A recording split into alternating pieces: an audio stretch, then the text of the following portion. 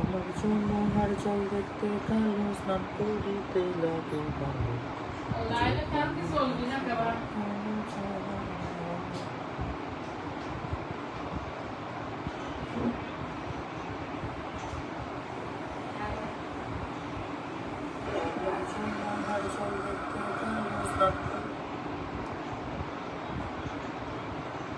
Hello everyone, সবাই কেমন আছেন?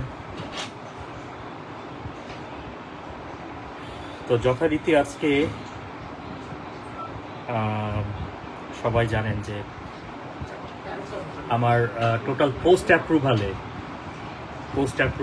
টোটাল প্রায় 332টা পোস্ট আসছে যে ভাইয়া এই কেরিয়ারের সমস্যা আমি কি করব, গ্যাস্ট্রোর জন্য কি আমি সুইটেবল কিনা, ফিমেল আমার জন্য কার্ডিওলজি সুইটেবল কিনা, ইন্টারনাল মেডিসিনে আমার প্রসপেক্ট কি হবে, আমি বড় ছেলে, আমার কেরিয়ার চয়েস কি হওয়ার উচিত, পেরিফেরিতে আমি বিসিএস দেইনি, পেরিফেরিতে কার্ডিওলজির ভবিষ্যৎ কি, ইন্টারনাল মেডিসিনের ভবিষ্যৎ কি, ব্রাঞ্চে যাব না মাদার সাবজেক্টে থাকবো, এরকম প্রায় 332টার মতো পোস্ট এসেছে আমার পোস্ট অ্যাপ্রুভালে হোয়াইট কোট গ্যালারি।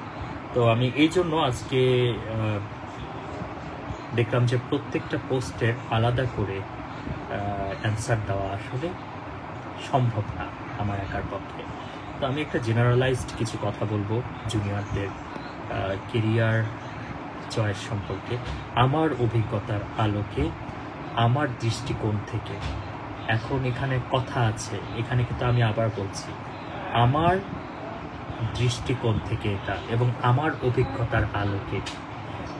অভিজ্ঞতা এবং দৃষ্টিকোণ ভিন্ন হতে পারে, এক এক মানুষের দৃষ্টিকোণ থেকে এক একটা জিনিস ভিন্ন হতে পারে। সো আমি আজকে যে কথাগুলো বলবো সেগুলো আমার দৃষ্টিকোণ থেকে, আমার অভিজ্ঞতার আলোকে। সো এটা ম্যান টু ম্যান ডিফার করতে পারে। সো আমি আশা করব সেটা মাথায় রেখে সবাই আমার কথাগুলো শুনবে। তো মোস্ট পপুলার একটা কথা দিয়ে আজকে শুরু করছি, সেটা হলো প্রথম যে কথাটা, যে ভাইয়া ইন্টারনাল মেডিসিনে কেরিয়ার করব, ইন্টারনাল মেডিসিনে কেরিয়ার করব না ব্রাঞ্চে কেরিয়ার করব। এই প্রশ্ন তো অনেকেরই আছে, তাই না? এই প্রশ্ন অনেকেরই আছে না, যে ভাইয়া ইন্টারনাল মেডিসিনে কেরিয়ার করব না ব্রাঞ্চে কেরিয়ার করব, রেডিওলজি নিয়ে কথা বলবো, সমস্যা নেই। এই প্রশ্ন তো অনেকের আছে। তো আমি প্রথমে শুরু করছি যে ইন্টারনাল মেডিসিনে কেরিয়ার করার করার সুবিধা অসুবিধাগুলো নিয়ে আমি প্রথমে কথা বলবো, তারপর ব্রাঞ্চে কেরিয়ার করার ব্যাপারে কথা বলবো। প্রথমে ইন্টারনাল মেডিসিনের কেরিয়ারের কথা বলি। আমরা ইন্টারনাল মেডিসিনের এখন আমাদের ডক্টররা কিন্তু খুবই সুপারফিশিয়াল কথা বলি, ইনক্লুডিং আমি। তো ম্যাক্সিমাম ডক্টররা সুপারফিশিয়াল কথা বলে। যেমন কারো কাছ থেকে আপনি সিনিয়র কারো কাছ থেকে কোনো অ্যাডভাইস নিতে যাবেন, বলবে ভাই কার্ডিওলজিতে করি, এই ওটা সুপার স্যাচুরেটেড, একদম ওখানে করিস না। গ্যাস্ট্রো স্যাচুরেটেড, ভাইয়া তাহলে কী করবো? এন্ডোক্রাইন, এন্ডোক্রাইনের পেশেন্ট নাই। মেডিসিন, ইন্টারনাল মেডিসিন, সব তো এখন ব্রাঞ্চে যায়, ইন্টারনাল মেডিসিনে কিভাবে পেশেন্ট? এরকম অনেক টাইপের কথা বলা হয়, এবং এতে সবাই আরও বেশি কনফিউজড হয়ে যায়। যেমন আমি এখন যে যুক্তিগুলো দিব ইন্টারনাল মেডিসিনের পক্ষে, আপনি একটু মিলায় দিবেন। আমরা সুপারফিশিয়ালি যারা চিন্তা করে, তারা চিন্তা করে কি, যে ঠিক আছে ইন্টারনাল মেডিসিনের পেশেন্টগুলো আমি কার্ডিওলজির পেশেন্টগুলো কার্ডিওলজিকে দিয়ে দিলাম, এন্ডোক্রাইনের পেশেন্টগুলো আমি এন্ডোক্রাইনকে দিয়ে দিলাম, আমি গ্যাস্ট্রো পেশেন্টগুলো গ্যাস্ট্রোকে দিয়ে দিলাম, তাহলে ইন্টারনাল মেডিসিনের পেশেন্ট কই? এখন আমি আপনাকে একটা কথা বলি, রোগী আপনার কাছে রোগ নিয়ে যায় না সিমটমস নিয়ে যায়? রোগী আপনার কাছে রোগ নিয়ে যায় না সিমটমস নিয়ে যায়? অবশ্যই সিমটমস নিয়ে। সে একজন থাইরোটক্সিকোসিসের পেশেন্ট, সে কি নিজেকে ডায়াগনোসিস করে যে আমি থাইরোটক্সিস, তো আমার থাইরোটক্সিকোসিস আছে, I must go to endocrinologist? ব্যাপারটা কিন্তু তা না। সে তখন বডিতে থাইরোটক্সিকোসিসের পেশেন্ট, সে তার বডিতে একটা ডিসকমফোর্ট ফিল করে, তার হিট ইনটলারেন্স হয়, তারপরে তার বুকের মধ্যে ধড়পড় করে, সে একটা অ্যাংজাইটি ফিল করে, তার শরীরে ফ্যাটিক থাকে, এই কমপ্লেন নিয়ে আমার সাথে আপনারা একমত হবেন কিনা, এই কমপ্লেন নিয়ে একজন রোগী কার কাছে যাবে? সে কি সরাসরি এন্ডোক্রাইনোলজিস্টের কাছে যাবে নাকি ইন্টারনাল মেডিসিনের স্পেশালিস্টের কাছে যাবে? মানে আপনার কি মনে হয় আপনার যুক্তিতে? কিংবা হাইপোথাইরয়েডিজমের পেশেন্ট, হাইপোথাইরয়েডিজমের একটা পেশেন্ট, ওয়েট গেইন হচ্ছে, কিছু করতে ইচ্ছা করে না, সারাদিন দুর্বল লাগে, ঘুমোতে ইচ্ছা করে, কনস্টিপেশন, এই যে এই ডিসকমফোর্টগুলো নিয়ে সে কি সরাসরি ইতে চলে যাবে, এন্ডোক্রাইনোলজিস্টের কাছে চলে যাবে? আমি ব্রাঞ্চের প্রশংসা করব, সো নেভার বি অফেন্ডেড। কিংবা একজন অ্যাডিসনের পেশেন্ট মাথা ঘুরায়, তারপরে শরীরে বল পাচ্ছে না, তারপরে সবসময় ব্লাড প্রেশার কম থাকে, এই পেশেন্টগুলো কার কাছে যাবে আপনার মনে হয়? কার কাছে যাবে এই কমপ্লেনগুলো নিয়ে? কুশিংয়ের একটা পেশেন্ট, শরীর ফুলে যাচ্ছে, জায়গায় জায়গায় ব্রুইজ হচ্ছে, ইনফেকশন লেগেই থাকছে, এই পেশেন্টগুলো কার কাছে যাবে প্রথমে? কার কাছে যাওয়া উচিত? আমি সব নিয়েই বলবো, আমাকে একটু সময় দিন। কার কাছে যাওয়ার কথা? মানে আপনি আপনার মাথা খাটান। অবশ্যই এই পেশেন্টগুলো আগে এই সিমটমসগুলো নিয়ে ইন্টারনাল মেডিসিনের একজন স্পেশালিস্টের কাছে যাবে। সো ইন্টারনাল মেডিসিনের স্পেশালিস্টের কাছে যাবে, ইন্টারনালিস্ট যারা আছেন তারা ম্যানেজ করবেন। যদি মনে হয় যে না এখন রেফার করার সময় এসেছে, তখন তারা রেফার করবেন। কিংবা পেশেন্ট যখন ইন্টার্নিস্টদের আন্ডারে ট্রিটমেন্ট নিচ্ছে, ওই অবস্থায় তার যদি মনে হয় যে এখন আমার সময় এসেছে একজন হরমোন বিশেষজ্ঞ দেখানোর, সে কিন্তু তখন হরমোন বিশেষজ্ঞকে দেখাবে। ঠিক একইভাবে ধরেন ডায়াবেটিসের একটা পেশেন্ট, ডায়াবেটিসের পেশেন্ট কি সে নিজেকে ডায়াগনোসিস করে যে আমার ডায়াবেটিস? নো, তার শরীরে কিছু ডিসকমফোর্ট হয় এবং সেই ডিসকমফোর্টগুলো থেকে সে কিন্তু ডক্টরের শরণাপন্ন হয় এবং সিমটম অ্যানালাইসিসের জন্য অবশ্যই সে প্রথমে এন্ডোক্রাইনোলজিস্টের কাছে যাচ্ছে, সে কিন্তু যাচ্ছে একজন ইন্টার্নিস্টের কাছে। হাইপারটেনশনে কি হয়? হাইপারটেনশন নিয়ে কার্ডিওলজিস্টের কাছে কেউ যাচ্ছে না। হাইপারটেনশন নিয়ে কে কার্ডিওলজিস্টের কাছে যায়?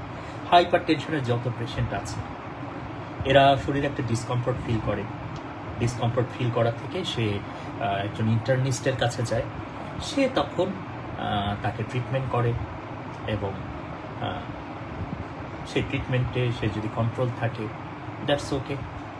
না হলে পরবর্তীতে সে ইতে যেতে পারে, কার্ডিওলজিস্টের কাছে যেতে পারে। কিংবা ধরেন একটা পেশেন্টের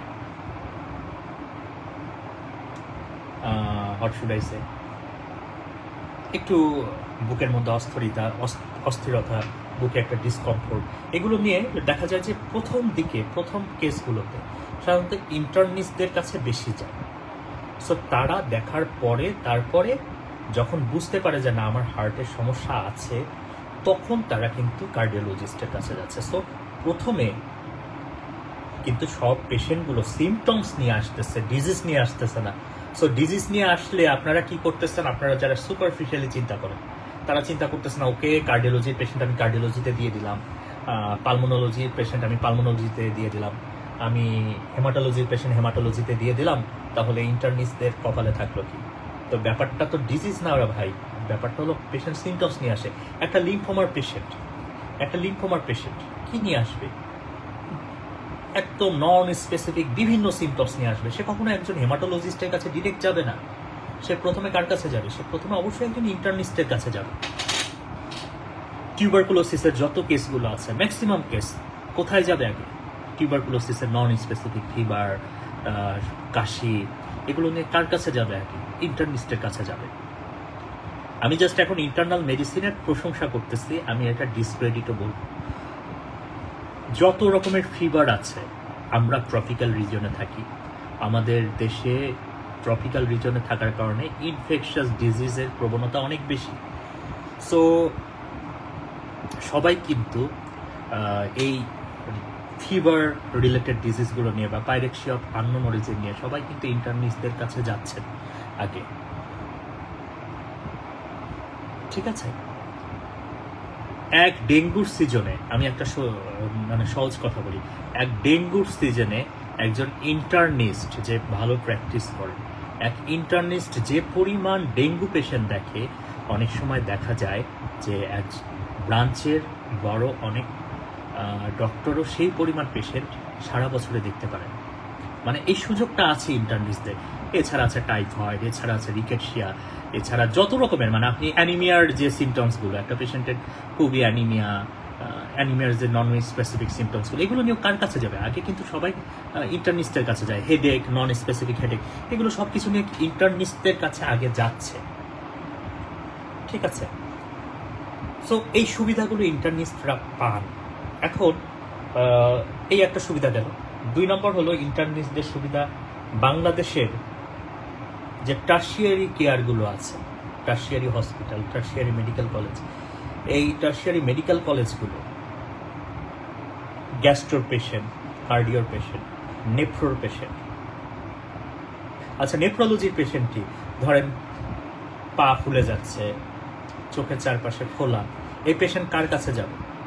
আপনি চিন্তা করেন, সে একজন ইন্টারনাল মেডিসিন স্পেশালিস্টের কাছে যাবে এবং সে ডায়াগনোস করবে যে তার আসলে সিকেডি আছে। তারপরে সে কিন্তু নেফ্রোলজিস্টের কাছে যাচ্ছেন। তার মানে ফার্স্ট ব্লোটা কিন্তু আমরা ইন্টার্নিস্ট যারা আছে তারা পাচ্ছি, তারা পেয়ে যাচ্ছি। সো আপনারা ওইভাবে শাক ভাগা কিংবা আলু ভর্তা ভাগ করার মতো না ভাগ করে আপনারা সিমটমস নিয়ে চিন্তা করবেন, তাহলে মেলাতে পারবেন। আরেকটা ইম্পর্টেন্ট ব্যাপার যেটা বলতে চাচ্ছিলাম, আমাদের যে বাংলাদেশের টার্সিয়ারি হসপিটাল কেয়ারগুলো আছে, যত মেডিকেল কলেজ আছে কিংবা যত বিভাগীয় এবং যত জেলা সদর হসপিটাল আছে, সেখানে কার্ডিওলজির পেশেন্ট, সেখানে হেমাটোলজির পেশেন্ট, সেখানে হেপাটোলজির পেশেন্ট, গ্যাস্ট্রোর পেশেন্ট কোন ডিপার্টমেন্টের আন্ডারে ভর্তি হয় বলেন তো? কোন ডিপার্টমেন্টের আন্ডারে ভর্তি হয়? কোন ডিপার্টমেন্টের আন্ডারে ভর্তি হয়? রাজশাহী শহরে একজন গ্যাস্ট্রোর পেশেন্ট অসুস্থ হয়েছে, লিম্ফোমার পেশেন্ট অসুস্থ হয়েছে, স্ট্রোকের পেশেন্ট অসুস্থ হয়েছে, এরা কোন ডিপার্টমেন্টের আন্ডারে ভর্তি হয়? মেডিসিন। অ্যান্ড এই জন্য মেডিসিন বিভাগে যে ডক্টররা থাকেন, যে ইন্টারনাল মেডিসিন স্পেশালিস্টরা আছেন, তারা সবচেয়ে বেশি পেশেন্টের এক্সপোজারে যাওয়ার সুযোগটা পান এবং তাদের পপুলারিটিটা গেইন করা অন্য সবার থেকে একটু সহজ হয়। তাদের চেনা পরিচিত হওয়া কিংবা একটা পেশেন্ট বাল্ক তাদের নিজের দিকে টানার সুযোগটা সবচেয়ে বেশি। সো এই জন্য বলবো যে ইন্টারনাল মেডিসিনের কথা যদি বলি, হ্যাঁ আপনি খুব বড় লোক হবেন, একদম মাসে 30 লাখ টাকা ইনকাম করবেন, এইটা করতে পারবেন কিনা জানি না, কিন্তু আপনি যেখানে যান বাংলাদেশের, আপনি খুব ভালো একটা সলভেন্ট লাইফ লিড করতে পারবেন। বেশ ভালো, আপনার একটা মানে একটা নির্দিষ্ট বয়সের পর আপনার একটা বাড়ি হবে, একটা গাড়ি হবে, মানে এগুলো হবে, আপনার বাচ্চা কাচ্চার সিকিউরিটি হবে, এটা হবে, এবং আপনি বেশ ভালোভাবে চলতে পারবেন। ঠিক আছে, এবং সেটা 10 তলার উপরেও হতে পারে, 10 তলার উপরেও আপনি প্র্যাকটিস করতে পারেন, আবার আপনি বটতলাও প্র্যাকটিস করতে পারেন। এই সুবিধাটা ইন্টারনাল মেডিসিনের ডক্টরদের আছে। এবং ওই যে বললাম যে টার্সিয়ারি কেয়ার হসপিটালগুলো সব কিন্তু ভর্তি হয়, সব পেশেন্টগুলো কিন্তু ভর্তি হয় হলো কোন ডিপার্টমেন্টের আন্ডারে? ইন্টারনাল মেডিসিনের আন্ডারে। সো ওখান থেকে পেশেন্ট বাগটা ইন্টার্নিস্টরা সহজে পিক করতে পারে। সো এই একটা সুবিধা গেল। আর ইন্টারনাল মেডিসিনের একটা মজা আছে। মজাটা কি? ধরেন আমি এইমাত্র একটা পেশেন্ট দেখছি, সিওপিডি। এখন এর পরের পেশেন্টটা কি হবে আমি কি বলতে পারবো? ধরেন আমি এর পরের পেশেন্টটা কি হবে আমি বলতে পারবো? মানে এটা কি আমার পক্ষে বলা সম্ভব? না, বলা সম্ভব না। তার মানে প্রত্যেকটা কেসে একটা ভেরিয়েশন থাকে, নতুনত্ব থাকে, মোনোটোনাস অ্যাক্টিভিটিটা এখানে কম থাকে। সো ইন্টার্নিস্টরা যারা আছেন তারা সহজে মোনোটোনাস ফিল করেন না, এবং তারা এই ডাইভার্সিটিটা তাদের লং টার্ম প্র্যাকটিসের জন্য ইন্টারেস্ট যোগায়। কিন্তু ধরেন একটা অন্য ব্রাঞ্চের পেশেন্ট, যেমন আমি বলবো না ব্রাঞ্চের নাম, সে নিজেও জানে যে এই পেশেন্টটা এর পরের পেশেন্টটা কি আসবে, সে নিজেও জানে যে এই পরের পেশেন্টটা এইটাই আসবে, সে নিজেও জানে যে তার 3 নম্বর পরের সিরিয়ালের যে পেশেন্টটা আসবে মোস্টলি সেটা এইটাই আসবে। সো এখানে একটা মনোটোনি কাজ করে। এবার আমি একটু কথা বলি ব্রাঞ্চ, এবং আমি পরে ইন্টারনাল মেডিসিনকে পচাবো, সমস্যা না। ধরেন ইন্টার্নিস্টরা যারা আছে তারা প্রত্যেক দিন এখান থেকে 2টা পেশেন্ট পাচ্ছে, কার্ডিওলজি থেকে 3টা পেশেন্ট পাচ্ছে, রেসপিরেটরি থেকে 3টা পাচ্ছে, ইনফেকশাস থেকে 4টা পাচ্ছে, রিমোটোলজি থেকে 5টা পাচ্ছে। এরকম করে সে প্রত্যেকটা সেগমেন্ট থেকে কিছু পেশেন্ট পাচ্ছে। এখন একজন এলাকায় ধরেন ফেমাস একদম রিমাটোলজিস্ট আছে, যে খুবই ভালো মেডিসিন পারেন, মেডিসিনের সব নলেজ তার আছে। কোনো অ্যাজমার পেশেন্ট কি তার কাছে যাবে?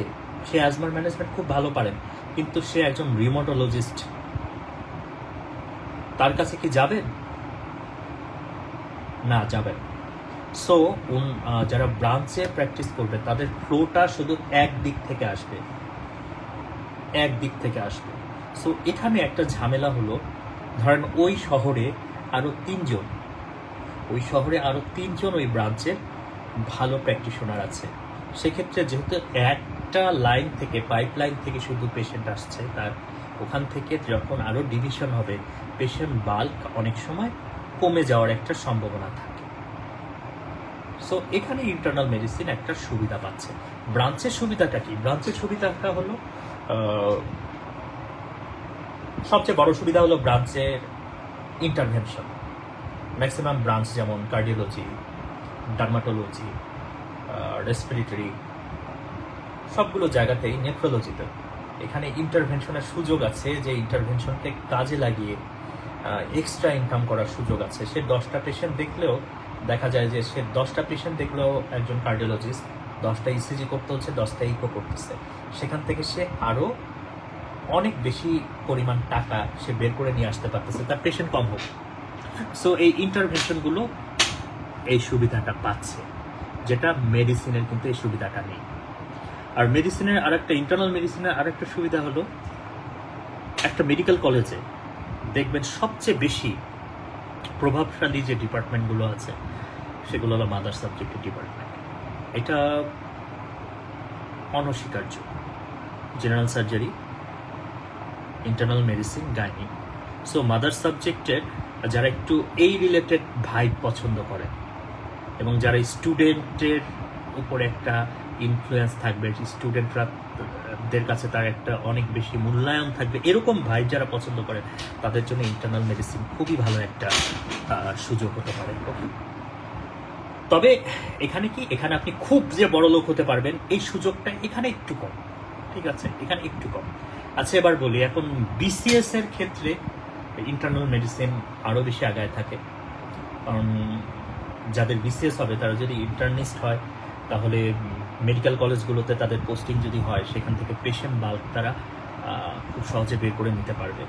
তবে যারা করেন না, যারা নন বিসিএস বা যারা সরকারি চাকরি করবেন না, তারা যদি আগের থেকেই, তাদের আবার সুবিধাটা কি, আমরা যারা বিসিএস করছি তারা পেরিফেরিতে যাচ্ছি, সেখানে 2.5-3 বছরের মতো চাকরি করছি, তারপর ট্রেনিং পোস্ট পাচ্ছি না, ট্রেনিং পোস্ট নাই এই ধরো ওই ধরো করে আমরা কিন্তু আমাদের পছন্দ মতো জায়গায় অনেক সময় ট্রেনিংও করতে পারছি না।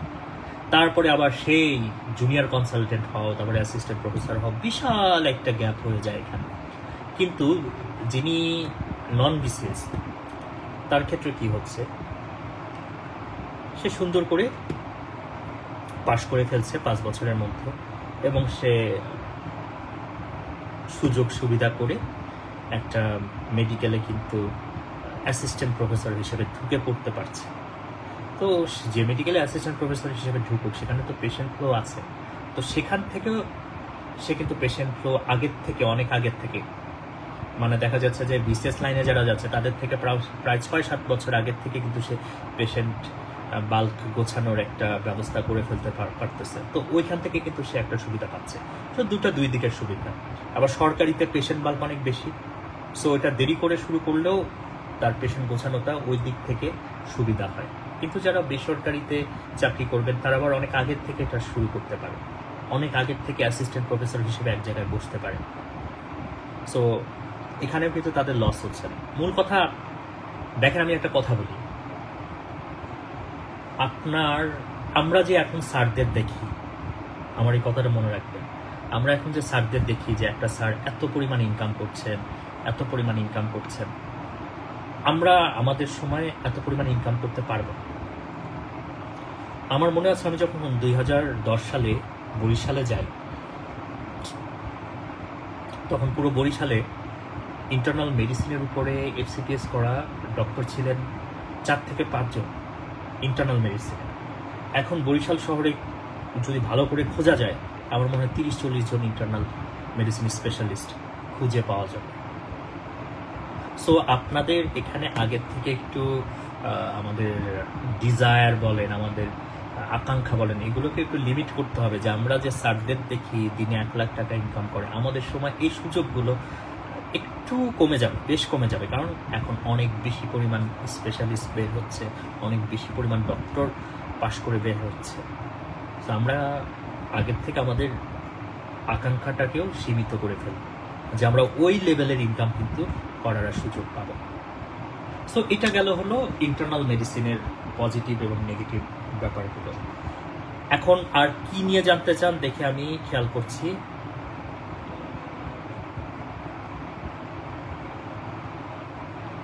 আচ্ছা, রেডিওলজি নিয়ে একটু বলি। আমার একটু খুবই প্রিয় একটা সাবজেক্ট ছিল রেডিওলজি, এবং এটা একটু শোনেন। যারা একটু কুল লাইফ লিড করতে চান, রোগী টোগী এগুলো ভাল লাগে না, রোগীর সাথে হাতাহাতি টাটাহাতি এগুলো করতে ভাল লাগে না, তাদের জন্য রেডিওলজি খুব ভালো একটা সাবজেক্ট এবং প্রচুর ইনকাম। বিলিভ করেন, ম্যাক্সিমাম ক্লিনিক্যাল সাবজেক্টের থেকে রেডিওলজিতে বেশি ইনকাম এবং পরিশ্রম কম আমি বলব। বিশেষ করে যারা ইন্টারভেনশন রেডিওলজিস্ট, যেমন USG guided pleural effusion drain করবে, USG guided pericardial effusion drain করবে, এই ধরনের কাজগুলো যারা করতেছে, কিংবা সিটি গাইডেড FNAC করবে, প্রচুর টাকা। যেমন আমার নিজের ক্ষেত্রে, আমার যখন টিউবারকুলোসিস হয়, আমার পেরিকার্ডিয়াল প্লুরাল ইফিউশন ছিল, যেটা একটু এমপাইমা টাইপ হয়ে গিয়েছিল। ওইটা ড্রেন করতে একজন স্যার, আমি ডক্টর, তারপরেও 7,000 টাকা নিচ্ছে। I am not lying. এবং সেদিন তার এরকম কেস ছিল প্রায় 40-50টা, শুধু এই কেস। তারপরে CT MRI ওগুলোর যে রিপোর্ট, সেই অনেক জায়গায় ওই রিপোর্ট অনুযায়ী টাকা পায় সে। তারপরে যারা বিশেষ করে লেডি আছেন, আপনি আবার বলতেছি, যারা বিশেষ করে লেডি আছেন, লেডি ডক্টররা, আপনারা রেডিওলজিস্ট হওয়ার সাথে সাথে অটো একটা পেশেন্ট বাল্ক পাবেন। যত মানুষ প্রেগনেন্ট হচ্ছে সবগুলোর আলট্রাসাউন্ড করা, TVS করা এবং অ্যানোমালি স্ক্যান এখন ইচ অ্যান্ড এভরি ওয়ান করেন, প্রচুর পরিমাণ টাকা এগুলোতে, প্রচুর পরিমাণ টাকা। এই সত্যি একটা কথা বলি, আমরা যে ক্লিনিক্যাল লাইনে যত কষ্ট করি, এই ক্লিনিক্যাল লাইনে সেই পরিমাণ টাকা নেই। কিন্তু রেডিওলজিস্ট, একজন যদি ভালো রেডিওলজিস্ট হতে পারেন এবং কোনো এক জায়গায় যদি বসতে পারেন, আপনার ওই যে একটা কথা আছে, টাকা গুনতে গুনতে ঘা হয়ে যাওয়ার মতো অবস্থা হয়ে যাবে। ঠিক আছে, এইটা আমি বলতে পারি। তবে হ্যাঁ, এখানে একটা ব্যাপার আছে। এখানে ব্যাপারটা কি, আপনাকে অবশ্যই এখানে একটা ভালো ডায়াগনস্টিক সেন্টারে বসতে হবে, যেখানে CT MRI আছে, যেখানে ভালো একটা আলট্রাসাউন্ড আছে। সো সেক্ষেত্রে এখানে কিন্তু একটু কম্পিটিশনের ব্যাপার আছে, লবিংয়ের ব্যাপার আছে। তবে অনেকে ওগুলো ধারে না, দেখা যায় যে নিজেই একটা আলট্রাসোনো মেশিন, দামি আলট্রাসোনো মেশিন কিনে ফেলে এবং প্রেগন্যান্সি প্রোফাইল, অ্যানোমালি স্ক্যান এগুলো করে প্রচুর পরিমাণ টাকা, আপনি দিনে 40-50 হাজার টাকা ইজিলি ইনকাম করতে পারবেন। তো আমার মনে হয় বিশেষ করে লেডিরা এই জিনিসটা একদম আপনাদের জন্য আমি বলবো যে খুব ভালো একটা অপশন হতে পারে, খুব ভালো একটা অপশন। যদি টাকা পয়সা ইনকাম করতে চান, একটু কুল থাকতে চান, ফ্যামিলিকে হালকা পাতলা টাইম দিতে চান। আর ছেলেরা যারা আছেন তারাও রেডিওলজিতে ক্যারিয়ার করতে পারেন, বিশেষ করে যে USG গাইডেড ইন্টারভেনশনগুলো যেগুলো আছে, USG গাইডেড এই ড্রেনেজ, ওই drainage, city guided FNAC, city guided biopsy, এইগুলো ব্যাপারে। এছাড়া আরও অনেক ইন্টারভেনশন, রেডিওলজির আরও অনেক ইন্টারভেনশন আছে। সো যারা এগুলোতে এখন কাজ করা শুরু করবে, তারা এখন এই জায়গাগুলো খুব বেশি স্যাচুরেটেড হয়নি, সত্যি একটা কথা বলতে। সো তারা অনেক বেশি পরিমাণ ইনকাম করতে পারবে না। BCS ছাড়া মেডিকেল অনকোলজিতে কেরিয়ার জার্নি, ফিউচার নিয়ে বলবেন। আচ্ছা, আর কি আছে তার আগে দেখি। রেডিওলজি নিয়ে বলেছেন, বললাম। ডার্মাটোলজি নিয়ে বলেন, ডার্মাটোলজি আমার বিষয় না, তবে আমার পার্সপেক্টিভ থেকে যদি বলি, ডার্মাটোলজির কেসগুলো অনেক কেস আছে, সোরিয়াসিস থেকে শুরু করে অ্যাকনি থেকে শুরু করে অনেক কেস আছে, রেজিস্ট্যান্ট অনেক কেস আছে। তবে আমার মনে হয় ইদানিং ডার্মাটোলজিটা একটু কসমেটিক ডার্মাটোলজিতে বেশি চলে গেছে, এবং দেখা যাচ্ছে লেজার ট্রিটমেন্টের দিকে, ক্রায়োথেরাপির দিকে, এগুলোর দিকে বেশি চলে গেছে। এবং অনেক আপুদেরও আমি দেখেছি যে তাদের ডার্মাটোলজির উপরে কোনো ডিগ্রি নেই, but they are doing very well. তাদের স্কিন, আমি এইভাবে কথা বলা উচিত না, যাই হোক, মানে তারা স্মার্ট এবং তাদের স্মার্টনেসকে কাজে লাগিয়ে তারা ডার্মাটোলজিতে কিন্তু ভালো একটা ইনকাম করছে, যদিও তাদের ওরকম ডিগ্রি নাই। সো যারা লেজার, অ্যাস্থেটিক এগুলো নিয়ে কাজ করতে চান তাদের জন্য বেশ ভালো একটা ইনকামের সুযোগ আছে। এবং আমি এই ক্ষেত্রে বলবো মেয়েরা একটু হলেও আপার হ্যান্ড পাবেন, ঠিক আছে, মেয়েরা এক্ষেত্রে আপার হ্যান্ড পাবেন। ছেলেদের অবশ্যই আপনি যদি আপনার নিজের যোগ্যতা দেখাতে পারেন, কেন নয়, তবে আমি বলবো যে এটা মেয়েদের জন্য হয়তো আরও বেশি সামনের দিকে, যেহেতু মানুষ একটু স্কিন নিয়ে বেশি সচেতন। এবং আমার এখানে যদি এতটুকু খাবলা দিয়ে উঠে যায়, I will not seek for laser therapy, I will not seek for any other thing. But একটা মেয়ের যদি এখানে 3টা ব্রণ ওঠে, she will be concern about it. এবং সে অবশ্যই তখন খুঁজবে কি, ওই যে ফেসবুকে বিভিন্ন অ্যাডভার্টাইজগুলো আসতেছে যে আপনার কি ব্রণ হয়, লেজার থেরাপি করেন, পিআরপি করেন, এই যে এইসব জিনিস, এই অ্যাডভার্টাইজগুলো কাদের সাথে ভালো মানাবে? স্মার্ট একটা লেডি ডক্টর এগুলো বলতেছে, তার সাথে এটা ভালো মানাবে। সো পেশেন্ট বাল্কগুলো ওই দিকে বেশি যাবে। সো ডার্মাটোলজির যে মেইন ডিজিজগুলো আছে, কনভেনশনাল ডিজিজগুলো আছে, ওগুলোর কথা আলাদা, কিন্তু এই যে অ্যাস্থেটিক ডার্মাটোলজির কথা যদি বলি, এটা আসলে আমি মনে করবো যে মেয়েদের এখানে একটা সুবিধা আছে। তারপরে মেডিকেল অঙ্কোলজির প্রসপেক্ট দেখেন, অঙ্কোলজির প্রসপেক্ট বলতে অঙ্কোলজির প্রচুর পেশেন্ট এখনো আছে, সামনেও আসবে, ঠিক আছে, এখনো আছে, সামনেও আসবে। তো সমস্যা হলো এই পেশেন্টগুলো সাধারণত ইনস্টিটিউশন ওয়াইজ ট্রিটমেন্টটা বেশি করে।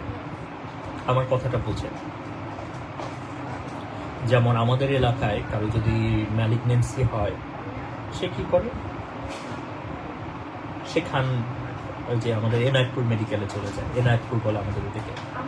সো এই পুরো ট্রিটমেন্ট প্রোটোকলটা পুরো এটা কিন্তু ইনস্টিটিউশনের আন্ডারে হচ্ছে। হ্যাঁ, যে অঙ্কোলজিস্ট আছে সে সার্ভিস বেনিফিট পাচ্ছে, কিন্তু এখানে এই সার্ভিসগুলো একটু ইনস্টিটিউশনালাইজড বেশি হয়। তারপর এখানে তো আসলে কিউরেটিভ ট্রিটমেন্ট দেওয়ার যে প্যালিয়েটিভ কেয়ারটাই বেশি বেশি জোর দেওয়া হয়। সো এখানে ট্রিটমেন্ট করে, আমার পার্সপেক্টিভ থেকে মনে হয় যে ট্রিটমেন্ট করে সেই যে একটা কিওর করার মজা, ওইটা পুরোপুরি পাওয়া যায় কি না, এটা একবার ভেবে দেখা উচিত। 2 নম্বর,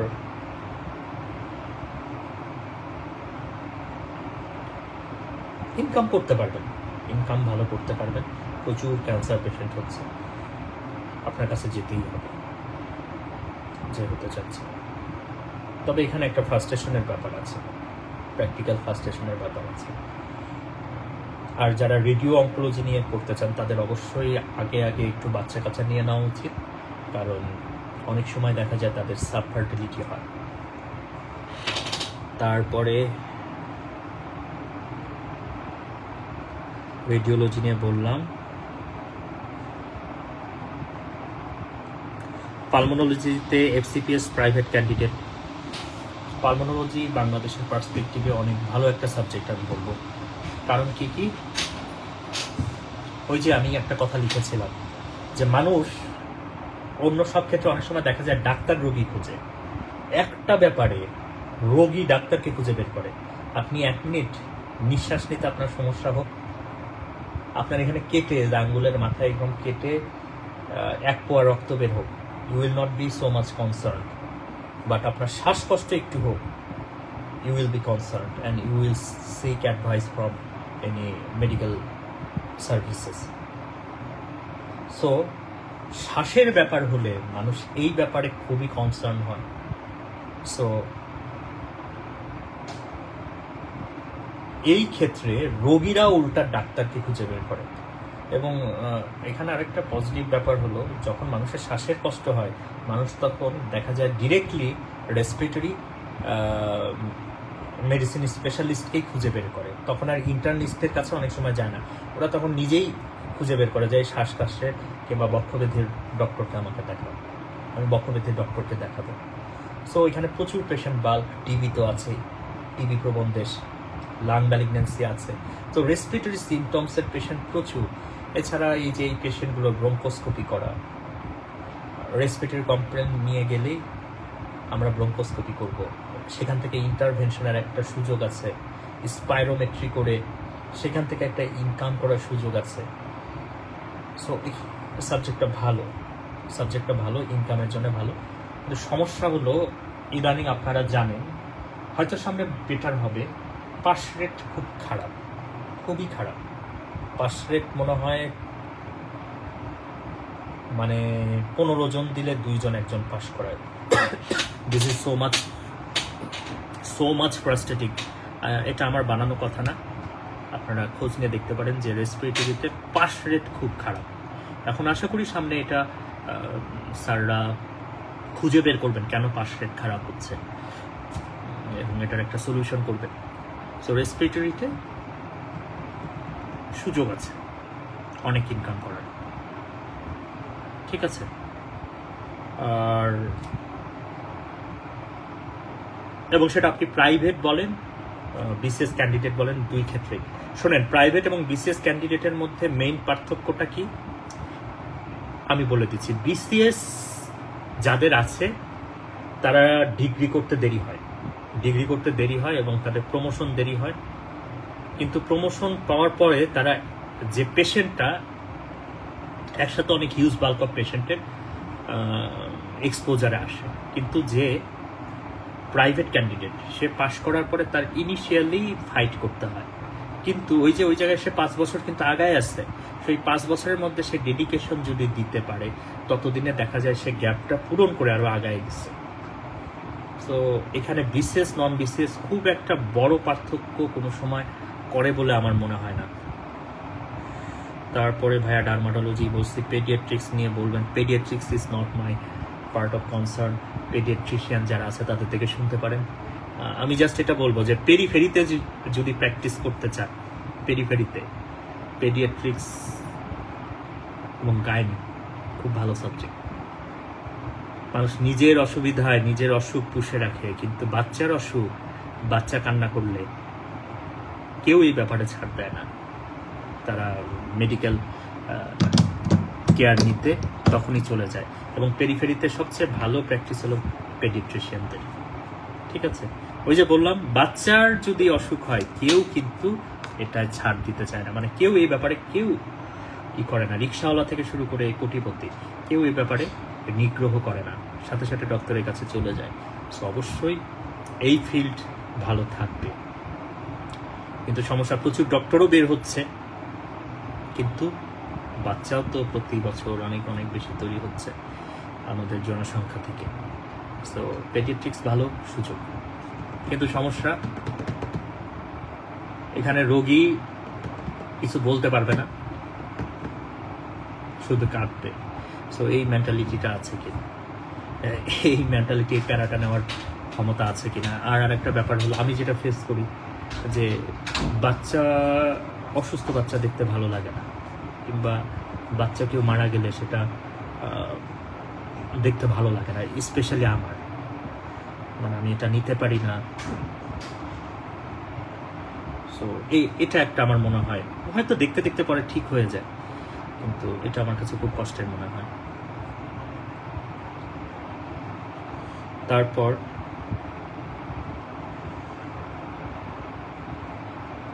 গাইনির branch, gynae internal medicine FCPS part 2 MD phase B pass rate কেমন? আচ্ছা, আর দেখি, দাঁড়ান আরো দেখি, আরো কথা আছে। নিউরোলজির ইন্টারভেনশন কেমন সুযোগ রয়েছে? সুযোগ কম, এক কথায় সুযোগ কম। যারা ইন্টারভেনশন নিউরোলজিতে করতে চান না, ওইভাবে কেরিয়ার করতে চান, আমি বলবো যে তাদের সুযোগ যথেষ্ট কম, ঠিক আছে? কিন্তু যদি নিউরোলজি এমনি প্র্যাকটিস করতে চান, স্ট্রোকের পেশেন্ট দেখে কুলাইতে পারবেন না, এমন হতে পারে। কিন্তু ইন্টারভেনশনের জন্য ওই সেট আপ লাগে, ওই সুযোগ লাগে। যেমন একটা থ্রম্বেক্টমি করতে স্ট্রোকের পেশেন্টকে 4.5 আওয়ারের মধ্যে স্টেশনে যেতে হবে। তো বাংলাদেশে একটা স্ট্রোকের পেশেন্ট টার্সিয়ারি হসপিটাল কেয়ার কিংবা এই থ্রম্বেক্টমির সুযোগ আছে বাংলাদেশের কয় জায়গায়? বিএসএমএমইউতে আছে এবং আরও কিছু জায়গায় আছে, নিউরোসায়েন্সে আছে। তো বাংলাদেশে 4.5 আওয়ার্সের মধ্যে ওই কেয়ারের মধ্যে পৌঁছানোর মতো স্ট্রোকের পেশেন্ট কি আদৌ আছে কিনা, এটা আপনাকে খেয়াল করতে হবে। আর এই জিনিসগুলো সবসময় ইনস্টিটিউশনাল প্র্যাকটিস, এবং এখানে প্রচণ্ড পরিমাণ লবিং করে আপনাকে ওখানে ঢুকতে হবে। সো এবং আমি বলবো যে ওই জায়গায় ইন্টারভেনশনের চিন্তা যারা করতে চাচ্ছেন, ওই জায়গায় যাওয়াটা আপনার জন্য অনেক বেশি কষ্ট হবে এবং অনেক বেশি লাখের ব্যাপার হবে, এবং বিসিএস থাকলে তো আরও ব্যাপারটা আরও বেশি কঠিন হবে, কারণ 2-1টা জায়গায় শুধু হয়।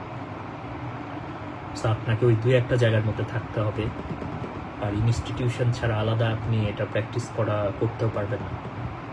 So it will be difficult, একদম হাতে গোনা কয়েকজনের মধ্যে থাকতে হবে, কারণ সুযোগ কম। অন্য যদি এখন এমন হতো যে প্রত্যেকটা হসপিটালে এটার সুযোগ আছে, সেক্ষেত্রে কিন্তু সবাই সুবিধা পেত।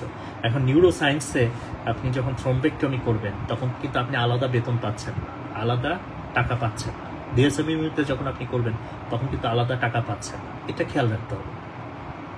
সো এই ইন্টারভেনশনের ফিউচার এখন আমি বলবো, আমি জানি না 10 বছর পরে কেমন হবে, বাংলাদেশ নিয়ে প্রেডিক্ট করা কঠিন, কিন্তু আমি বলবো ইন্টারভেনশন নিউরোলজিতে অ্যাটলিস্ট আরও পরে চিন্তা করা উচিত। তারপর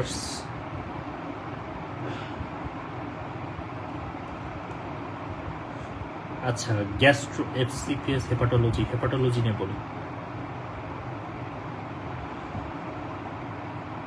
আচ্ছা ভাইয়া, মেডিসিন বারের সার্জারি নিয়ে একটু জানাবেন প্লিজ। পেরিফেরিতে বিসিএস ছাড়া কোলোরেক্টাল ফিমেল হিসেবে ভালো হবে কিনা? না, ভালো হবে না, একদমই ভালো হবে না। পেরিফেরিতে কোলোরেক্টাল সার্জারি দিয়ে আপনি জমাতে পারবেন বলে আমার মনে হয় না। আর আমি এখনো বলবো এখন আপনারা কিভাবে নেবেন জানি না, জেনারেল সার্জারি আরো ভালো মতো রাজত্ব করবে বাংলাদেশে আরো বেশ কিছু বছর। তো আপনারা যে ব্রাঞ্চেই যান, জেনারেল সার্জারি এখনো ভালো মতো রুল করবে বেশ অনেকগুলো বছর। সো কোলোরেক্টাল সার্জারি দিয়ে পেরিফেরি চিন্তা করা বাদ দিয়ে আমার মনে হয় যে একটু সেন্ট্রালাইজড। তারপর গ্যাস্ট্রো নিয়ে একটু বলি। গ্যাস্ট্রো বাংলাদেশে এমন কোনো বাসা নাই যে বাসায় গ্যাস্ট্রোর পেশেন্ট নেই। প্রচুর গ্যাস্ট্রোর পেশেন্ট, বিশেষ করে আইবিএস এর পেশেন্ট, এরা ঘুরে ফিরে গ্যাস্ট্রোএন্টারোলজিস্টের কাছে যাবে। সো হিউজ পরিমাণ পেশেন্ট বাল্ক। এখানে আরেকটা সুবিধা হলো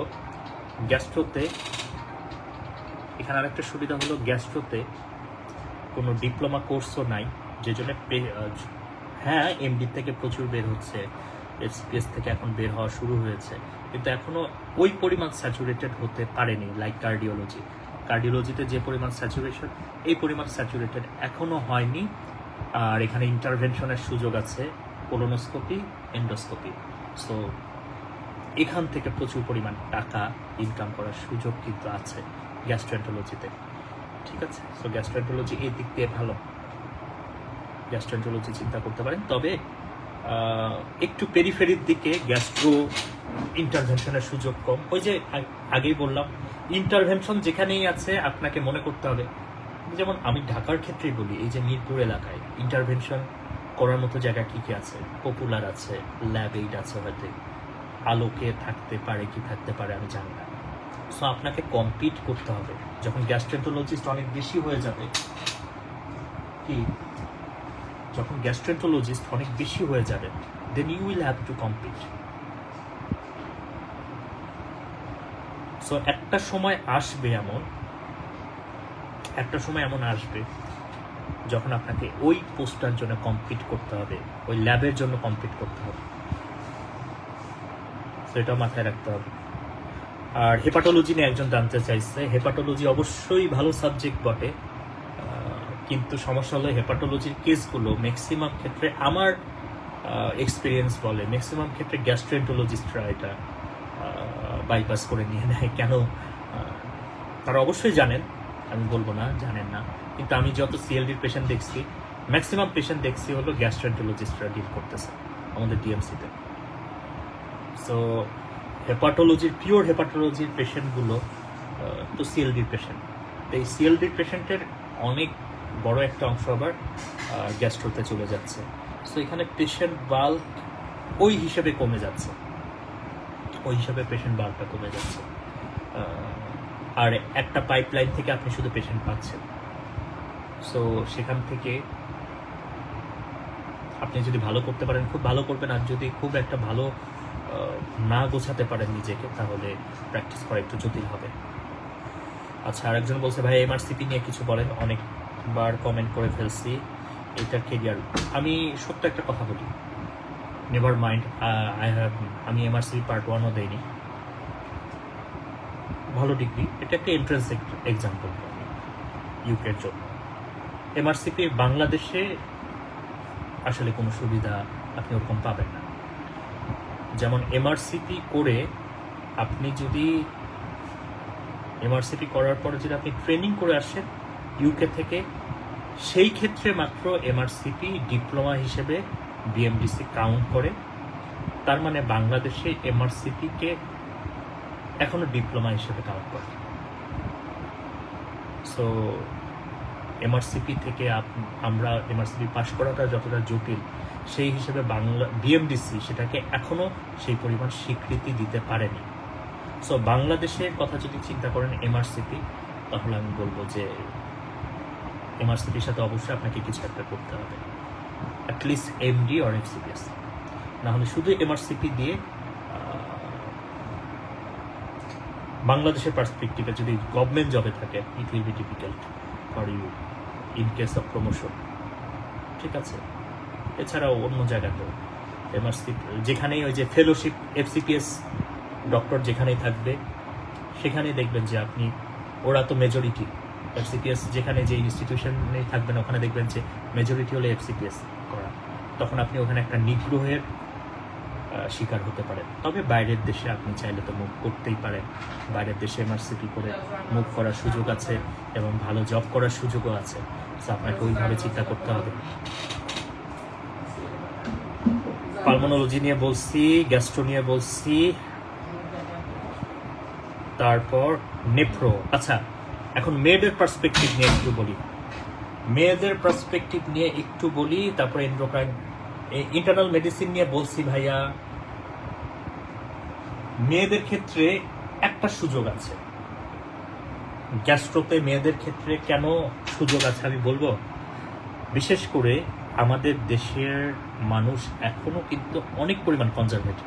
বিশেষ করে আমি যদি আমার আত্মীয় স্বজনের কথাই চিন্তা করি, যারা ফিমেল রিলেটিভস আছে, আমার ফার্স্ট ব্লাড লাইন আছে, তার যদি কোলোনোস্কোপি করার দরকার হয়, আমি কাকে খুঁজব?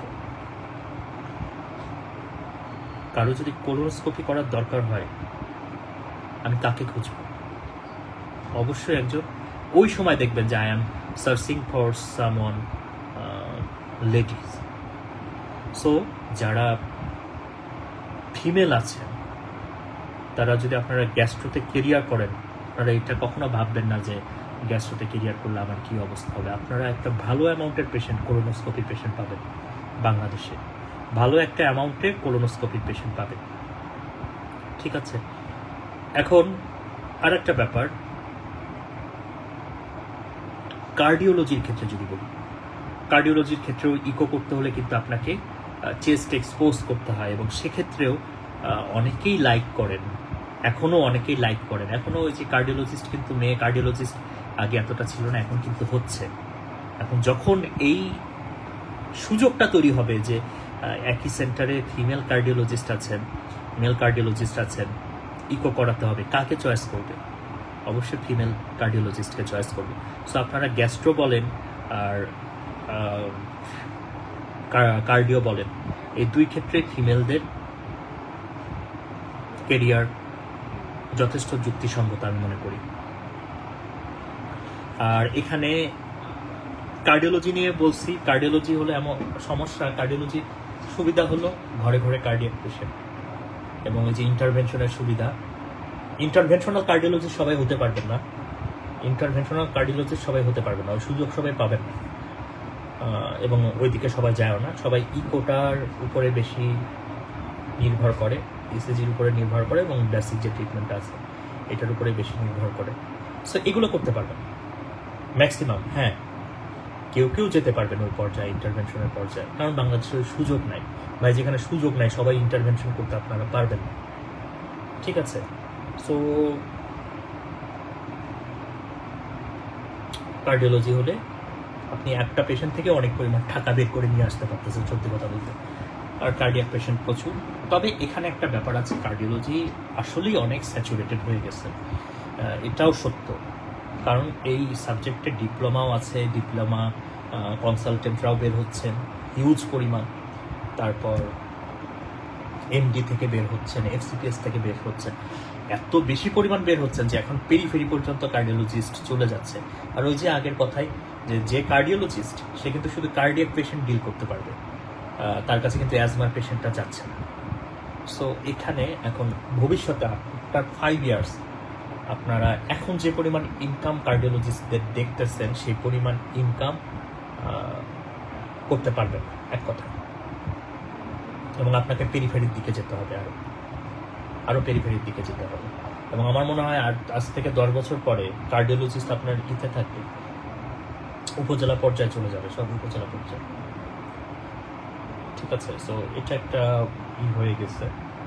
আমার মনে হয় এখন সময় আসছে এই ব্যাপারগুলো একটু কন্ট্রোল করা যায় কিনা দেখার।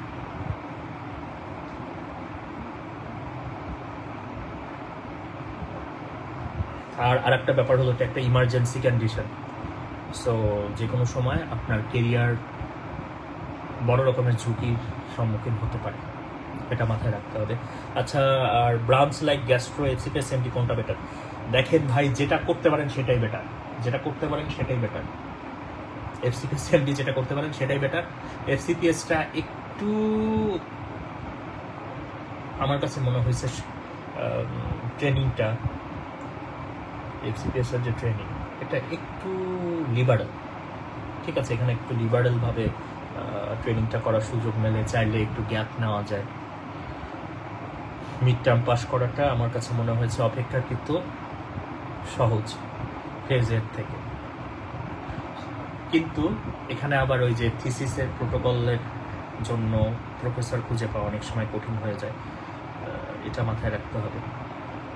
আর এমডিতে তো এখন ওই যে কোর্স আউট কথাটা বাদ হলো, সো ওটাও ভালো। তবে এমডির ক্ষেত্রে সমস্যা একটাই, যদি বিএসএমএমইউতে এবং ইনস্টিটিউশনগুলোতে আপনারা এমডিতে চান্স না পান তাহলে পাস করা বেশ কঠিন। কেন কঠিন আপনারা সবাই জানেন। সো এখানে এফসিপিএস এমডি যেটা করতে পারেন ভাই সেটাই ভালো, একটা জিনিস মনে রাখবেন। এবার সাইক্রেটি আমি একটা কথা বলি, আজ থেকে মানুষ শিক্ষিত হচ্ছে, প্রত্যেকটা ঘরে ঘরে পেশেন্ট ডিপ্রেসড, প্রত্যেকটা ঘরে ঘরে পেশেন্ট ডিপ্রেসড, এবং এই জায়গাটা এখন আমি বলবো স্যাচুরেটেড হয় নাই। যেমন আমি একটা নর্মাল কথা বলি, যেমন লাইফ স্প্রিং এর মতো একটা ইনস্টিটিউট দেখেন, আজ থেকে 5 বছর পরে দেখবেন এরকম অনেকগুলো ইনস্টিটিউট বাংলাদেশে খুব ভালো মতো জনপ্রিয় হয়ে যাবে। এখন কারা ওই জায়গাগুলো প্রথম দখল করবে সেটাই হলো কথা, এবং তারাই দেশের মনোপলি সিস্টেমটা, সাইক্রেটিতে মনোপলি সিস্টেমটা এস্টাবলিশ করবে, ঠিক আছে? তো সাইক্রেটি আমি বলে দিলাম, আজকে আমার কথা লিখে রাখেন, 5 বছর পরে দেখবেন কয়েকটা এরকম সাইকিয়াট্রিক ইনস্টিটিউশন তৈরি হয়ে গেছে যেখানে বাল্ক অফ সাইকিয়াট্রিস্টরা একসাথে কাজ করবে, কাউন্সিলিং নিয়ে কাজ করবে এবং দে উইল আর্ন এ লট। ঠিক আছে, একটা কাউন্সিলিং সেশনে 1 ঘন্টায় 10,000 টাকা পর্যন্ত পাওয়া যায়। কিন্তু আমি মনে করবো যে আরো 5 বছর পরে আমাদের আরো 5 বছর ওয়েট করতে হবে। ঠিক আছে, কারণ এখন মানসিক সাইকিয়াট্রিক ব্যাপারগুলোতে কনসার্ন হয়েছে। সাইকিয়াট্রি অবশ্যই ভালো চয়েস। এন্ডোক্রাইন ফিমেল, আমি একটা জিনিস বুঝি না, এন্ডোক্রাইন ফিমেল মেল দুটো আলাদা কোনো কিছু না। এন্ডোক্রাইন ফিমেল মেল আলাদা কোনো কিছু না, কিন্তু এখানে আমি জেন্ডার ওয়াইজ বায়াসড হব না।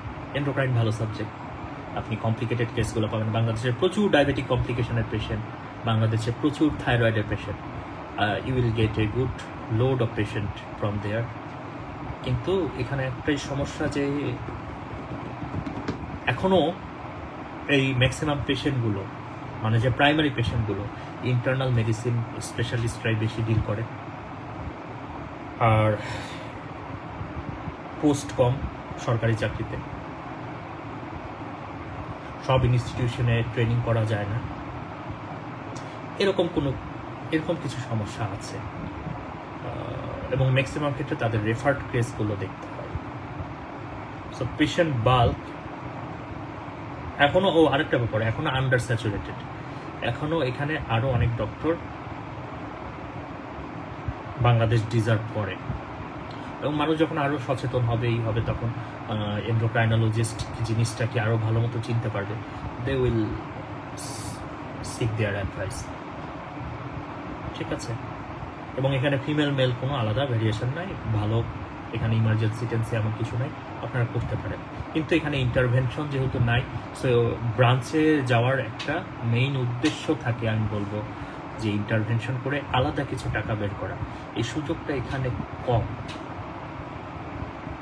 পেরিফেরিতে ইন্টারনাল মেডিসিন, গ্যাস্ট্রো আর ডার্মা তুলনামূলক আলোচনা। ভাই পেরিফেরি যদি প্র্যাকটিস করতে চান, ইন্টারনাল মেডিসিন সময়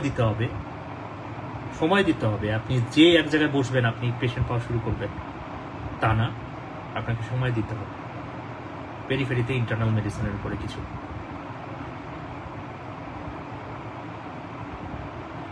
আচ্ছা, আর কি নেফ্রোলজি প্রচুর নেফ্রোলজির পেশেন্ট।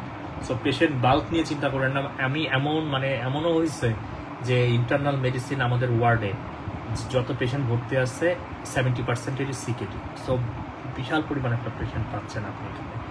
কিন্তু এখানে একটা ব্যাপার আছে, ব্যাপারটা হলো এই সিকেডির পেশেন্টগুলো মেইনলি ইনস্টিটিউশনাল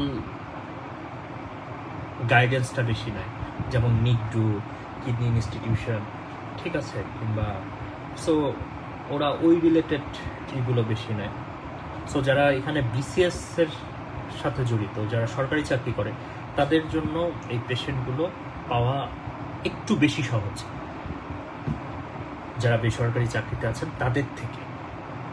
সো এক্ষেত্রে বিসিএস যাদের থাকবে, এখন আমি বলবো যে আন্ডার স্যাচুরেটেড, এবং নেফ্রোলজিতে বিসিএস যাদের থাকবে, যারা ওই ইনস্টিটিউটগুলোতে চাকরি করবে, তাদের পেশেন্ট বাল্ক ম্যানেজ করা অনেক সহজ, এবং বিসিএস করলে তাদের জন্য এটা বেটার আমি বলবো। তবে এমন না যে যারা বিসিএস করবে না তাদের জন্য এটা বেটার না, but it will be a little difficult. আর নেফ্রোলজিতে আপনার ইন্টারভেনশনের সুবিধা আছে, বিশেষ করে রেনাল বায়োপসি থেকে প্রচুর টাকা পয়সা ইনকাম করা সম্ভব যদি আপনি ডেডিকেশন দেন এবং ওই যে আল্লাহ তাআলা যদি আপনাকে ব্লেস করেন।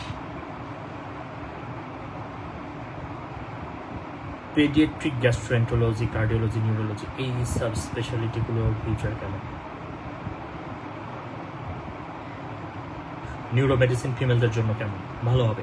শোনেন, কিছু জিনিস আছে যেখানে কোনো ফিমেল মেল পার্থক্য করে না।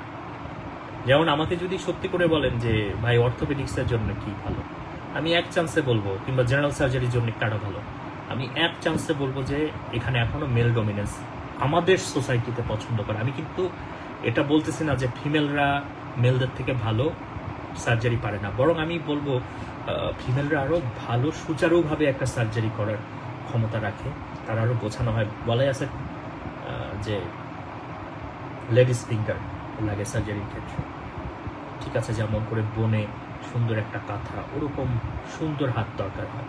কিন্তু আমাদের দেশটা হলো মিসোজিনিস দেশ। আমাদের দেশে এখনো এরকম ধারণা আছে যে, মানে এটা একটা ফলস ধারণা যে মেলরা সার্জারি ভালো করে। এবং সত্য কথা বলতে আমার ফ্যামিলি মেম্বারের ক্ষেত্রেও যদি আমি কাউকে সাজেস্ট করি একজন মেল সার্জন এবং ফিমেল সার্জন, আমি বাস্তব কথা বলতেছি, তারা কেন যেন মেল সার্জন চুজ করবে, অথচ ফিমেল সার্জন কিন্তু তার থেকে ভালো সার্জারিটা করতে পারত। তবে ওরা আবার ওখানে আবার বেনিফিট পাবে কি, ওই যে কোলোরেক্টাল এই জায়গাগুলো, ব্রেস্ট এই জায়গাগুলো। সো যাদের প্যাশন আছে সার্জারিতে তারা ওখানে যে আপনারা কেরিয়ার করতে পারেন, লেডি যারা আছে। না হলে মনে করবেন যে আপনাকে অনেক বেশি ডেডিকেটেড হতে হবে নর্মালের থেকে। আর অপথ্যালমোলজি সম্পর্কে আমার ধারণা কম, আমি এটা নিয়ে তেমন কিছু বলবো না।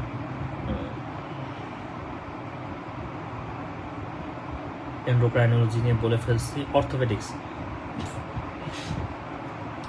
একটা জিনিস মনে রাখবেন যে অর্থোপেডিক্সে পেশেন্ট বাল্কটা কোনটা? অর্থোপেডিক্সের পেশেন্ট বাল্ক হলো সব ইয়াং জেনারেশন এবং সব পুরুষ, এবং যে কর্মক্ষম পুরুষ এবং যে পুরুষ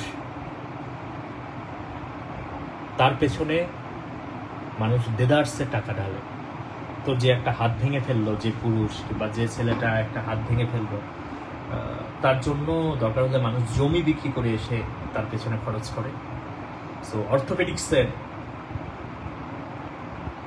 পেছনে মানুষ টাকা খরচ করতে দ্বিধা করে না, এখানে বেশ ভালো পরিমাণ টাকা আছে। কিন্তু এবার এখানে ডিপ্লোমা কোর্স আছে, ডি অর্থ থেকে অনেক কনসালটেন্ট বের হচ্ছে, তারপরে অর্থোপেডিক্স থেকে এমএস করে অনেক বের হচ্ছে। এবার সার্জারিতে দেখলাম সবচেয়ে বেশি সার্জারি ফ্যাকাল্টির মধ্যে সবচেয়ে বেশি পাশ করছে হলো পার্ট 1 অর্থতে।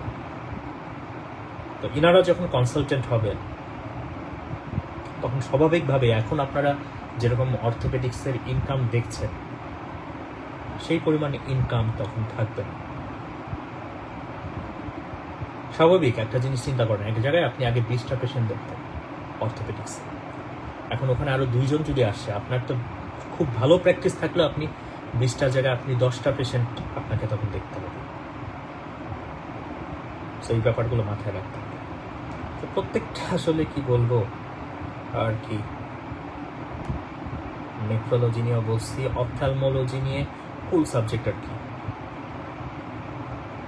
ভাই। এফসিপিএস এর ব্রাঞ্চে পাস রেট, আমি এফসিপিএস নিয়ে একটু কথা বলি। এফসিপিএস এ কোনো টেবিল ভাইবা নাই, আপনাকে জোর করে ফেল করানোর এখানে কোনো সুযোগ নাই। এখানে শর্ট কেস আছে, লং কেস আছে, আইওই আছে, আর অসপি আছে। সব কিছুতে বলা যে এই অ্যান্সার হবে, আপনাকে মার্ক দিতে বাধ্য। আপনি যদি সেগুলো পূরণ করেন আপনি পাস করবেন। এখন সমস্যা কি, কেন পাস করতে পারি না? কারণ যেমন আমার এখন 2টা বাচ্চা, আমার ফ্যামিলি আছে, বাবা মা আছে, চেম্বার করতে হয় ধরেন, কিংবা আমি ধরেন পড়াচ্ছি। সো আমার এত জায়গায় ফোকাস দিতে হচ্ছে যে পড়াশোনার জায়গাটায় ফোকাস দেওয়াটা কিন্তু অনেক কঠিন হয়ে যায়, এই জন্য এখানে ফেলটা হয়। ইউরোলজি আর নিউরোসার্জারি, ইউরোলজি ভালো, ইউরোলজি ভালো, বিভাগীয় স্তর পর্যন্ত আপনি ইউরোলজির কেস পাবেন, ভালো রকমের কেস পাবেন।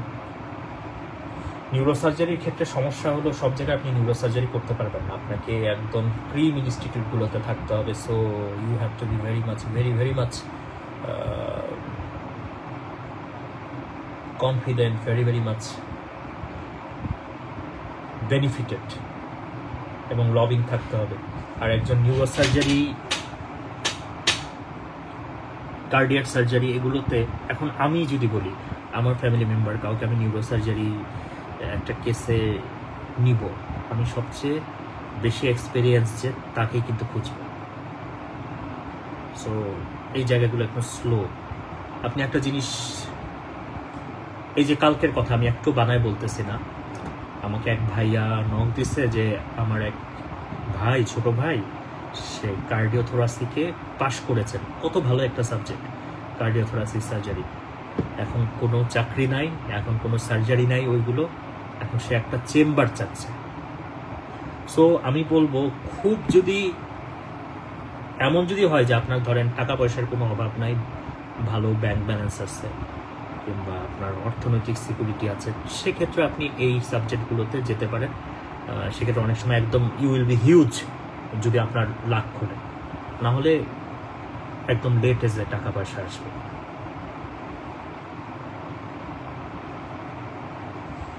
অ্যানাস্থেশিয়া অর্থ সমানভাবে ভালো লাগে, অর্থ অ্যানাস্থেশিয়া দুটোই ভালো, আপনি যে কোনো একটা চয়েস করতে পারেন। অর্থর ইনকাম এখনো আছে, অ্যানাস্থেশিয়ার ইনকামও এখন আছে, এবং এই সাবজেক্টগুলো কেন যেন স্যাচুরেটেড হয়েও স্যাচুরেটেড হয় না। হ্যাঁ, হেমাটোলজি নিয়ে বলতে, হেমাটোলজিও ভালো সাবজেক্ট, তবে শুধু ম্যালিগনেন্সির পেশেন্টগুলো, হেমাটোলজিক্যাল যে ম্যালিগনেন্সির পেশেন্টগুলো, সেগুলো হেমাটোলজিস্টের কাছে যায় বেশিরভাগ ক্ষেত্রে। থ্যালাসেমিয়ার পেশেন্টগুলো যায়, পেশেন্ট বাল্ক আছে এবং এখন আন্ডার স্যাচুরেটেড। সো আপনারা অনেকেই এখানে কেরিয়ার করতে পারেন, আমি বলবো you guys will be benefited. এখনও হেমাটোলজিতে আপনারা চাইলে কেরিয়ার করতে পারেন, এই জায়গাগুলো এখনও আন্ডার স্যাচুরেটেড আছে। বেস্ট নন ইন্টারভেনশনাল ডিসিপ্লিন, রিউমাটোলজি, এন্ডোক্রাইনোলজি।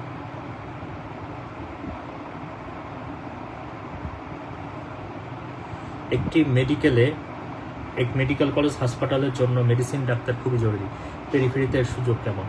আচ্ছা, জেলা সদর হসপিটালটা চালাচ্ছে কারা? জেলা সদর হসপিটাল চালাচ্ছে কারা? ইন্টারনিস্ট। আর পেডিয়াট্রিক, গ্যাস্ট্রোএন্টারোলজি, কার্ডিওলজি, নিউরোলজি, এগুলো একটু বেশি স্পেসিফিকেশনে হয়ে যায়। আমি জানি না আগামী 10 বছর পরে এগুলোর সুযোগ কেমন হবে, কিন্তু আপাতত আমার মনে হয় আর একটু চিন্তা করা উচিত। ইএনটি ভালো ভাই, ইএনটি এখন আমি বলবো ইএনটি প্র্যাকটিস এখনও ভালো।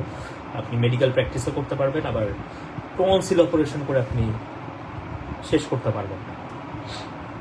নাকের সমস্যা তো সবার আছে।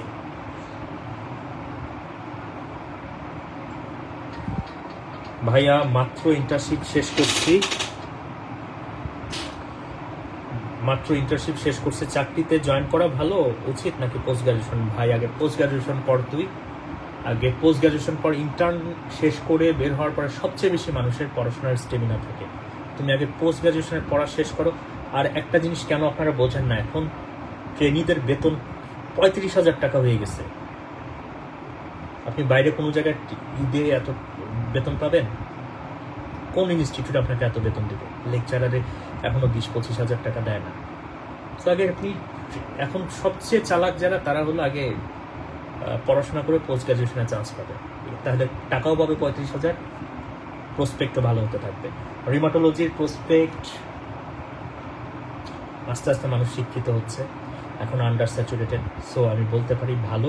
তবে পেরিফেরিতে এখনও রিউমাটোলজি ফ্লোরাইশ করতে পারে না, আপনাকে সেন্ট্রালি থাকতে হবে। আর রিউমাটোলজির পেশেন্টগুলো অর্থোপেডিশিয়ানরা ম্যাক্সিমাম ক্ষেত্রে ল্যাটারালাইজড করে নেয়, ম্যাক্সিমাম পেশেন্টই অর্থোপেডিশিয়ানরা দেখে। এবং সবচেয়ে বড় কথা, রোগীও মনে করে যে হাড্ডির জয়েন্টের প্রবলেম, তাহলে অর্থোপেডিক্সের কাছে দেখাই। সো এই শিক্ষার লেভেল থেকে যতদিন পর্যন্ত উন্নত না করতে পারতেছেন নিজেকে, ততদিন পর্যন্ত রিউমাটোলজি পেরিফেরি পর্যন্ত যাওয়া কঠিন। গ্যাস্ট্রো ভাই, গ্যাস্ট্রো পেরিফেরিতে, গ্যাস্ট্রো ডার্মার এবং গ্যাস্ট্রোর মধ্যে। ফিমেলদের জন্য রেডিওলজি বেস্ট হয়, আমি শুরুতেই বলে নিয়েছি, প্রথম পরে দেখে নেবেন। আর এই তো, আমি আশা করি আপনাদের সাথে কথা বললাম অনেকদিন পরে। তো যারা মেডিসিন এবং অ্যালাইডে FCPS এর জন্য প্রিপারেশন নিতে চান, আমার নতুন ব্যাচে 24তম ডিভিশন ব্যাচে, যেটা বেস করা হলো FCPS মেডিসিন এবং অ্যালাইডের উপরে, তারা ভর্তি হতে পারেন। শুধু তাই না, আমার এই কোর্সটা করার পরে আপনার জন্য মিড টার্ম এর ক্ষেত্রে অনেক বড় সুবিধা পাবেন, ফেজ এর ক্ষেত্রে অনেক বড় সুবিধা পাবেন, এবং আমার টিএমসি লাইফের যে ক্লিনিক্যাল এক্সপিরিয়েন্স সেটা ডেভিডসন মেডিসিনের সাথে মিলিয়ে একটা স্পেল বাউন্ড সিচুয়েশন আমি তৈরি করার সৌভাগ্য অর্জন করেছি। তো যারা এনরোল করতে চান তারা এনরোল করতে পারেন। 2-3 দিনের মধ্যে আমাদের 24তম ডেভিডসন ব্যাচ শুরু হবে। সবাই ভালো থাকবেন, আমার জন্য দোয়া করবেন। শুভরাত্রি। আসসালামু আলাইকুম।